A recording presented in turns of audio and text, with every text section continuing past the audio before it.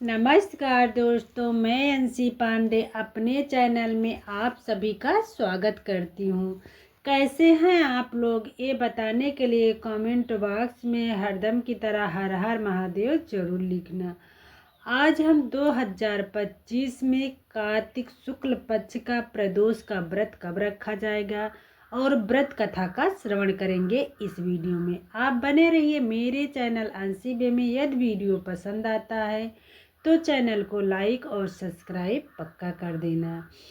चलो अब हम जान लेते हैं। कार्तिक शुक्ल पक्ष का एकादशी का व्रत 3 नवंबर दिन सोमवार को रखा जाएगा। एक बार हमारे साथ सब मिलकर बोलो, प्रेम से हर हर महादेव की जय, जगजननी पार्वती मैया की जय। अब व्रत का हम श्रवण करेंगे। आप ध्यानपूर्वक इस कथा को सुनना। व्रती प्रातःकाल नित्य क्रिया से निवृत्त होकर आचमन प्राणायास करके तथा सूर्य को अर्घ्य दे यह संकल्प करे कि आज से मैं अपने मनोवांछित फल की प्राप्ति के लिए सोम प्रदोष का व्रत नियमित रूप से शिव पार्वती के पूजन सहित करूंगा।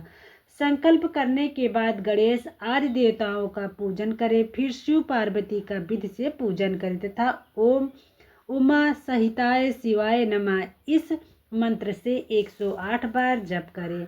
जप करके भगवान शंकर की स्तुति करे। इस व्रत को जो कोई भी करता है भगवान की कृपा से उसके समस्त कार्य सिद्ध होते हैं। रोगी को रोग दूर हो जाता है, निर्धन को धन की प्राप्ति, विद्यार्थी को विद्या प्राप्ति एवं संतान चाहने वालों को संतान का लाभ होता है। यदि कोई राजा इस व्रत को करता है तथा उसके राज्य में प्रजा सभी प्रकार से सुखी रहती हैं तथा महामारी अकाल आदि का भय नहीं रहता, शत्रुओं का नाश हो जाता है। राजा या जो कोई भी इस व्रत को करता है शिव पार्वती की कृपा से दीर्घ आयु को प्राप्त करता है तथा अंत में भगवान शंकर के परम धाम को प्राप्त करता है। प्राचीन काल में धन्य धान से युक्त एक वैश्य था, किंतु उसके एक भी संतान न थे। इससे वह सदैव दुखी रहता था। वह वैश्य प्रत्येक सोमवार को शिव जी का पूजन एवं व्रत करता था। भगवान शंकर का भोग लगाकर ही वह अपनी पत्नी सहित प्रसाद स्वरूप भोजन करता था। उसकी भक्ति को देखकर पार्वती जी ने शंकर जी से कहा कि यह वैश्य अत्यंत भक्ति पूर्वक आपकी पूजा करता है, अतः आप इसके दुख को दूर करें, इसे संतान प्राप्त होने का वरदान दें। तब शंकर जी ने कहा कि यह वैश्य के पूर्व जन्म का है, अतः आप इसके दुख को दूर कर इसे संतान प्राप्त होने का वरदान दें। तब शंकर जी ने कहा कि यह वैश्य को पूर्व जन्मों का फल है, इसके भाग्य में पुत्र सुख नहीं है। मैं इस पुत्री से पुत्र प्राप्ति का वरदान तो दे रहा हूँ, किंतु वह 12 वर्ष तक की जीवित रहेगा। कुछ समय के बाद भगवान की कृपा से उस वैश्य को एक सुंदर पुत्र की प्राप्ति हुई। पुत्र के होने से वैश्य ने आनंद मनाया, किंतु वर्ष बीत गए। वैश्य की पत्नी ने अपने पति से कहा कि पुत्र विवाह योग्य हो गया है, अतः आप उसका विवाह कहीं कर दे। वैश्य ने अपनी स्त्री से कहा कि अभी पुत्र को विद्या पढ़ने के लिए काशी भेज रहा हूँ, अभी विवाह की क्या चिंता है, विद्या प्राप्त करके लौटने पर कुमार का विवाह करूँगा। इस प्रकार से अपनी पत्नी को समझा बुझाकर उसने पुत्र के मामा को बुलाकर विपुल धन दिया और कहा कि तुम अपने भांजे को विद्या अध्ययन के लिए यज्ञ आदि कराते हुए तथा ब्राह्मणों को भोजन व दक्षिणा देते हुए काशी ले जाओ। लड़के का मामा अपने भांजे के साथ घर में विदा होकर वैश्य के बताए हुए रास्ते के अनुसार यज्ञ आदि करते हुए जिस बालक के साथ उसका विवाह हो रहा था वह कान्हा था।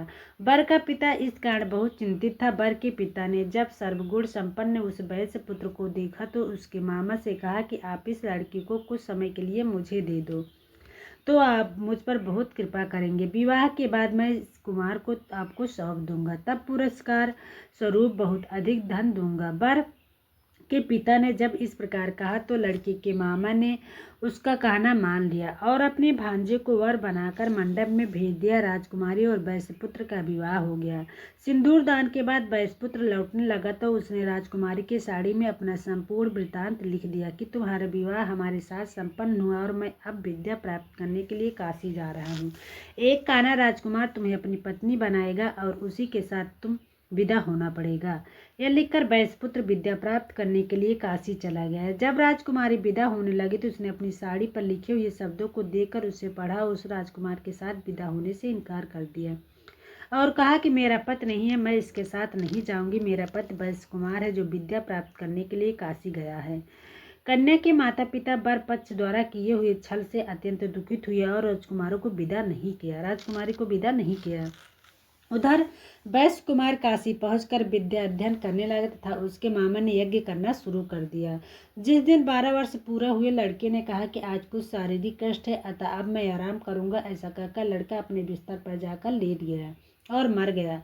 थोड़ी देर बाद मामा ने आकर देखा तो भांजे को मरा हुआ पाया, जिसके कारण वह बहुत दुखी हुआ, किंतु यज्ञ के भंग हो जाने के डर से चुप रहा। यज्ञ की पूर्णाहुति होने के बाद जब सभी लोग वहां से चले गए तब तो उसने बड़े जोर जोर से रोना प्रारंभ किया। दैव योग से शिव पार्वती उधर से ही जा रहे थे। पार्वती जी ने शिव जी से कहा, कोई यह कैसा करुण क्रंदन कर रहा है, वहां चलकर देखना चाहिए। पार्वती जी के कहने पर शंकर जी वहां पर गए जहां पर वैश्य रो रहा था। तब बालक मरा हुआ पड़ा था। पार्वती जी ने कहा, यह तो वही बालक है जो आपके वर्ग के प्रभाव से उत्पन्न हुआ था। इसे आप जीवन दान दें ताकि इसके परिवार वालों का दुख दूर हो जाए और सुख की प्राप्ति हो। शिव जी ने कहा, इस बालक की आयु पूर्ण हो चुकी है, किंतु आपके कहने पर मैं इसे जीवित एवं दीर्घायु किए देता हूँ। ऐसा कहकर उन्होंने उस मृत बालक को जीवन दान दिया तथा स्वयं अपने लोक को चले गए। कुछ दिन के बाद बालक समस्त विद्याओं में निपुण होकर अपने मामा के सहित अपने नगर को चल दिया। मार्ग में उसी नगर में फिर वहीं रुकी जहाँ पर उसका विवाह था। वहाँ पर उसने यज्ञ किया था, ब्राह्मणों को भोजन कराकर दक्षिणा दी। राजा को यह समाचार मिलने में देर न लगी कि काशी से विद्या प्राप्त करके एक वैश्य पुत्र लौटा है और वह यज्ञ आदि कर रहा था। यह सुनकर राजा स्वयं वहां पर गया और अपने दामाद को देखकर बहुत ही प्रसन्न हुआ। उसे अपने घर ले आया था। कुछ समय बाद अपनी पुत्री के सहित विदा कर दिया। वैश्य कुमार अपने मामा व पत्नी के साथ अपने नगर आया और अपने माता पिता के साथ सुख पूर्वक रहने लगा। उसके माता पिता ने भी नियम पूर्वक सोम प्रदोष का व्रत करके अपने अल्पायु पुत्र को दीर्घायु बना दिया। जो भी प्रदोष व्रत को करता है या पवित्र कथा सुनता है या उसके समस्त कष्ट नष्ट हो जाते तथा समस्त मनोकामनाएं पूर्ण होती। बोलो एक बार प्रेम से हर हर महादेव। जो भी प्रदोष का व्रत श्रद्धा पूर्वक करता है, भगवान भोलेनाथ जो है उसकी सारी मनोकामनाएं पूरी करती हैं। तो आप व्रत करने के साथ साथ यदि कथा का श्रवण न किया जाए तो व्रत अधूरा रहता है। इसलिए जो भी हमारी माताएं बहनें कथा का पढ़ के श्रवण नहीं कर सकती हैं, इस जो है वीडियो के माध्यम से श्रवण करेंगी। आशा करती हूँ कि ये जो है प्रदोष व्रत कथा से जुड़ी सारी बातें आपके समझ में आ गई होंगी और आपको ये वीडियो बहुत हेल्पफुल होंगी। अब मैं आपको एक नए वीडियो में मिलूंगी। नमस्कार, धन्यवाद। हर हर महादेव। हर हर महादेव। प्रेम से बोलो।